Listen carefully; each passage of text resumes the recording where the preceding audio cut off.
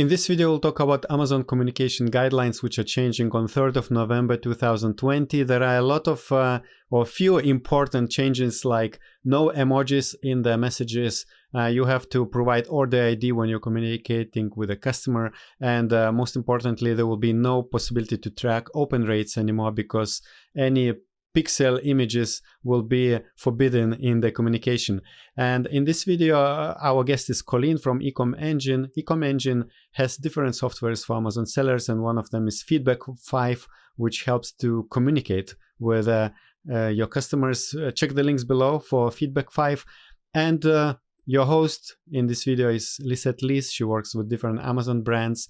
And before you watch, don't forget to subscribe to the YouTube channel of Orange Klik. Click the notification bell, because here we do a lot of interviews with different Amazon industry experts, software creators, and event organizers.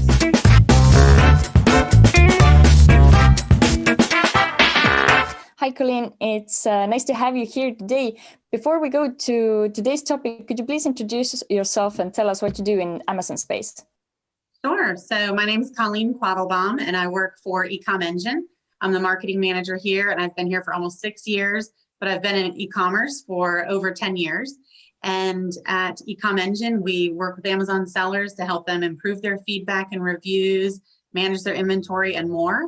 So we do have several software tools to help them become more efficient, and it's our job to just do everything that we can to try to educate and help sellers to be more successful.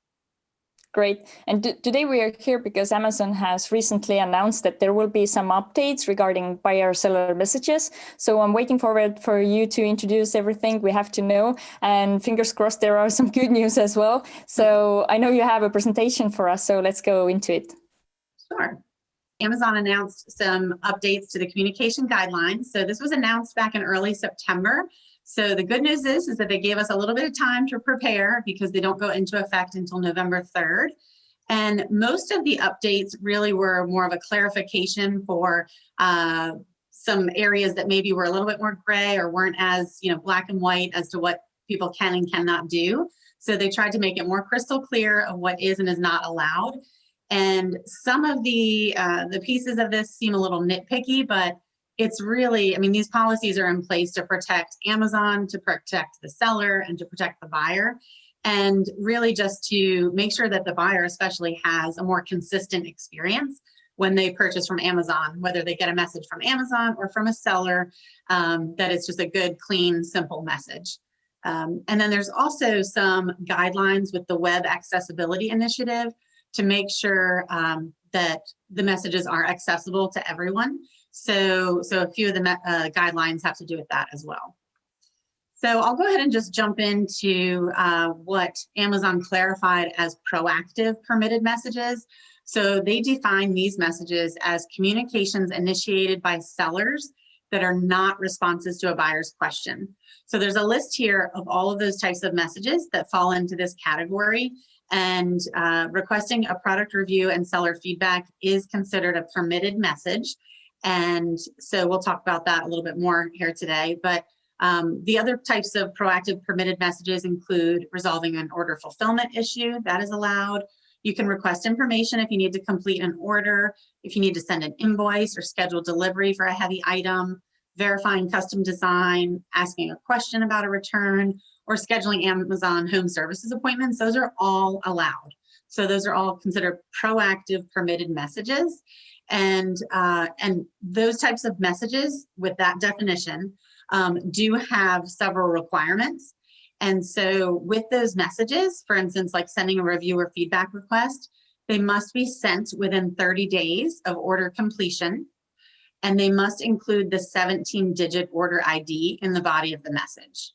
And then these messages also must be in the buyer's language of preference, which is tricky because as a seller, you don't know that. But if you are using a third-party tool that has access to the API, then the third-party tool knows the language of preference, as well as the request a review button that is in Seller Central. Those messages are automatically translated into the buyer's language of preference as well. So that's probably the trickiest one if you're just sending messages completely on your own through buyer-seller messaging. And then Amazon also clarified in regards to the actual message content, what is not allowed. And again, a lot of this goes back to accessibility is key. So we need to make sure that our messages are compliant with the web content accessibility guidelines. And then, as always, Amazon doesn't want you to divert attention away from Amazon to your personal website. So, so those are kind of the main reasons for a lot of this content. But content that is not allowed are attachments, unless it's one of these three categories. Product instructions are allowed, warranty information, and invoices. Any other attachments are not allowed. And if you're doing that now, I would recommend to go ahead and just remove them now. Don't wait till November 3rd. External links are not allowed unless it's a secure working link that is necessary to complete that order, or if it's a link directly to Amazon. And your logo, you are allowed to include a logo in your buyer-seller messages, but the logo cannot have a link and it cannot have a URL in the actual image of the logo. So over here on the right-hand side, Acme Company, you know, we just made up this just as an example. You can't have your logo with a URL underneath, either in your digital messages or in printed product. Amazon specifically states in these updated guidelines that that is not allowed. And also links to opt out of messaging, tracking pixels or images that are not related to your brand or company, any sensitive content, just take that out because that's not allowed. And some people are a little disappointed about this one, no emojis or GIFs or memes, so take those out as well. Really the bottom line is just to keep it simple and keep it clean. And in addition to this content, there's some other style guidelines as well, which if you're doing a basic message, then you'll be within the guidelines. But if you're doing something very customized, you'll want to take a look at the additional style guidelines, because they do say you can't have fonts more than 3 different sizes. You can't have margins more than 20%. And just as always, look for spelling errors, grammar errors, because Amazon does specifically state that spelling mistakes and grammar mistakes are not allowed. And I think that's more just, they want it to be a good experience for the buyer who's purchasing and not receiving an email with a lot of spelling mistakes in it. So just keeping it professional. And then Amazon also, in this recent update, they clarified non-permitted messages. So they were very specific about what is not allowed. And I know some sellers have been doing this. So just if you are, make sure that you stop immediately, but you cannot send an email that just says thank you for your purchase. And you cannot send an email that's offering assistance if they have any issues. This particularly, there's a lot of sellers that say, if you have any issues, please contact us. If everything's great, then please leave us a review.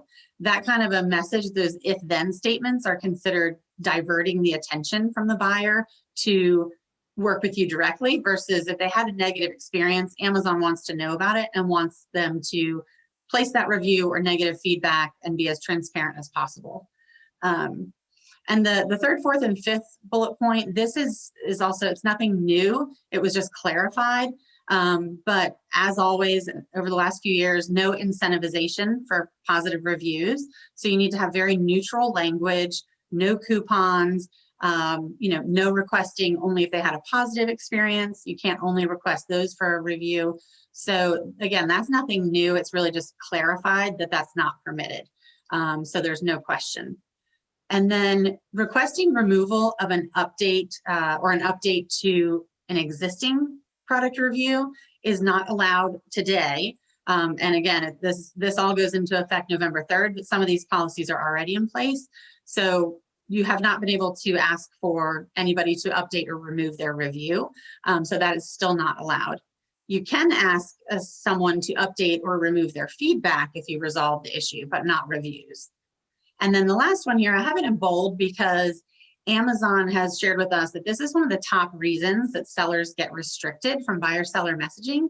And it's because they're sending more than one request per order for review or feedback. So just make sure that you're only sending one request for review and feedback per order. So no more than one. And so, these are a lot of updates. And so a lot of people wonder, like, should I even still use buyer-seller messaging? And can I? The answer is yes, you can. And there's still some good reasons to use it.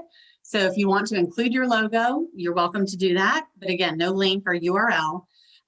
Many sellers, they want more customized messages or very product specific messages. Again, sending attachments sometimes is needed for those product instructions or, to share a warranty. So in that case, buyer seller messaging is the way to go. And third-party tools can help you automate this to make sure that your message is consistent, so you don't have people on your team manually sending these messages and accidentally stating something that they shouldn't and putting your business at risk. But using buyer seller messaging, it is risky because the seller is responsible for that message content. So it's important that you stay up to date on all of the guidelines and policies, or you do put yourself at risk for being restricted from buyer seller messaging. So, so that, I know that's a lot to take in, but if the guidelines are overwhelming and you don't want to have to deal with even thinking about the guidelines, then I highly recommend using the Request a Review button, which is found in Seller Central. It's on the order details page. So if you choose to use the Request a Review button, then you never have to worry about the guidelines again, because the message behind this button goes directly from Amazon to the seller. So since Amazon's sending that message on your behalf, then you don't have to worry about it being compliant. So this message or this button will appear on your order details as long as you're within the 5 to 30-day window after the order has been delivered. And so if you don't see it highlighted, you're just outside of that window. But if the order is within that 5 to 30-day window, then this button will be available on that order for you to click it. And so just a little bit more about that button is when you click that button in Seller Central, this is an example of the message that is sent. So it includes the seller name, an image of the item, and the message always asks for a product review and seller feedback. So it asks for both. And this one, as I mentioned earlier, it is automatically translated into the buyer's language of preference, so you don't have to worry about that. And the content has been tested and optimized by Amazon.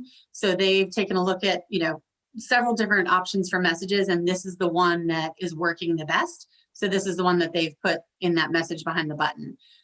So you can be confident that it will get good results. I think also just the fact that the message is coming directly from Amazon. Many people buy products on Amazon. They don't realize they're buying from not from Amazon directly. So just getting that message from Amazon just seems more legit. They're more likely to respond.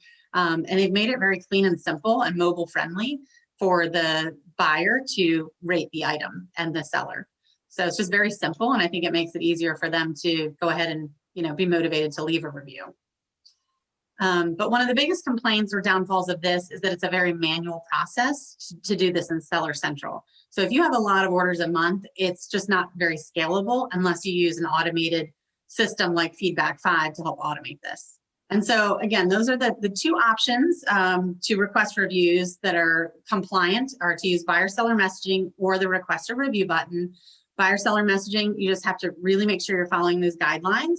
And the Request a Review button, you have less customization options, but you can be sure you're following the guidelines. So our tool Feedback5, you can automate both buyer seller messaging or the Request a Review button. So just to give you an idea of how many sellers are using which of these two options, we're really at about 50-50 right now.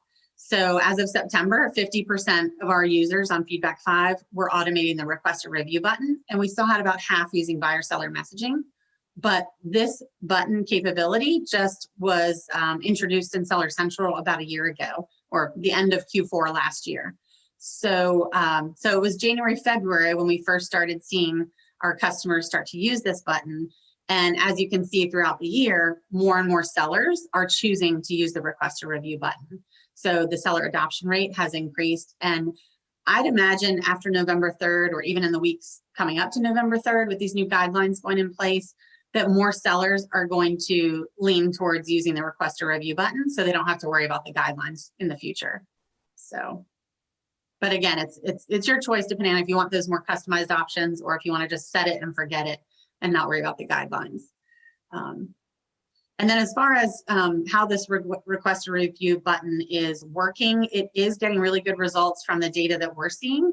As I mentioned, Amazon optimized the message to make sure that buyers are opening it and clicking on the ratings and reviews. And this graph just shows from about 1,300 sellers that we measured over the summer, how many of them were using buyer-seller messaging the 10 days prior to, they were using buyer-seller messaging, and we looked at their daily reviews for those 10 days prior to implementing the request a review button.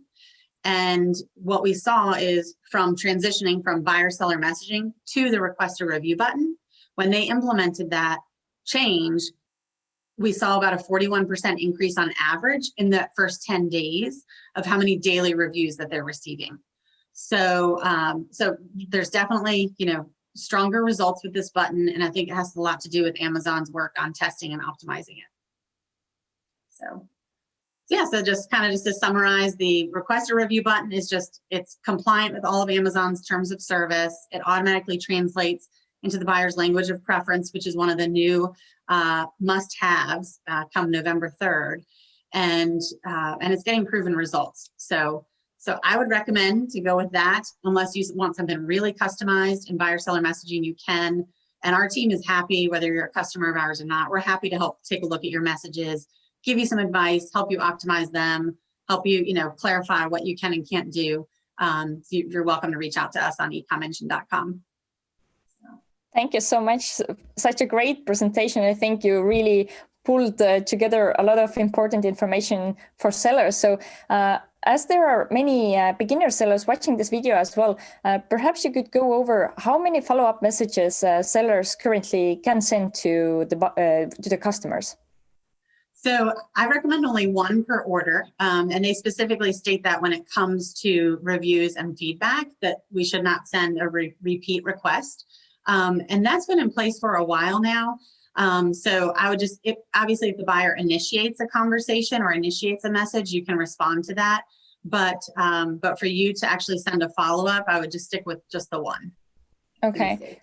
And regarding to the updates, you mentioned that the new requirement is including order ID number. So does it mean that each follow-up message has to include that one, which is like new initiative? No, just that initial message, if it's a proactive permitted message, any of the ones listed there, then just make sure that you have that order ID number in the body of the email. Another thing you can do is put it in the subject line, and that way you can be sure every time that the response is happening back and forth that it's in your subject line. Very good. And when we are talking about links that sellers can include to the messages, can you bring a couple of examples? What kind of links are permitted per Amazon rules? Yeah, so you can link to, for instance, your Amazon storefront. Or link to Amazon.com, that's allowed. You just can't link to other external sites. Or if you have, like a link to the product instructions or warranty information, a link to a PDF, that's allowed. Okay.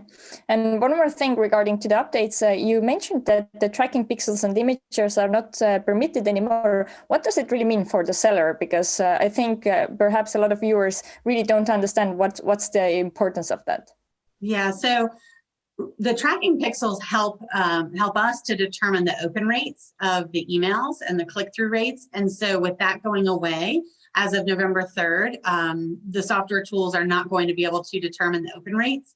So it's going to make it harder for A/B testing if you have multiple buyer-seller messages and you're trying to figure out which one's working better. So that's the big downfall with that. Okay, so what do you think? Will there be any option to have that kind of analytics in the future? It's something that we're definitely looking into, how to kind of work around so we can have A/B testing for these buyer-seller messages, but it's really tricky. I think, one way to do it is to test the request a review button and test buyer-seller messaging just completely separately. Maybe try one for a month and another for a month, or order IDs that end in an even number, send with the request a review button, order IDs that end in an odd number, use buyer-seller messaging, and then just take a look at your data to see which one is working better. That's one way you could kind of do your own manual A/B testing, but it is tricky without access to the tracking pixels. Okay, so as always, we have to adapt what Amazon comes up with and then just try to succeed on the things we have. Yeah. Okay, great. They keep us on our toes. Thank you so much for this presentation and all the insights into the updates Amazon is doing. If anybody has any questions, what's the best way to reach out to you? Sure, you can go to eComEngine.com and go to contact us and send us a message. We're happy to chat with you. And I'll also share a link to our blog post that really outlines all of these guidelines in detail as well. Thank you so much for that, and good luck in your business. Sure, thanks, Lisette.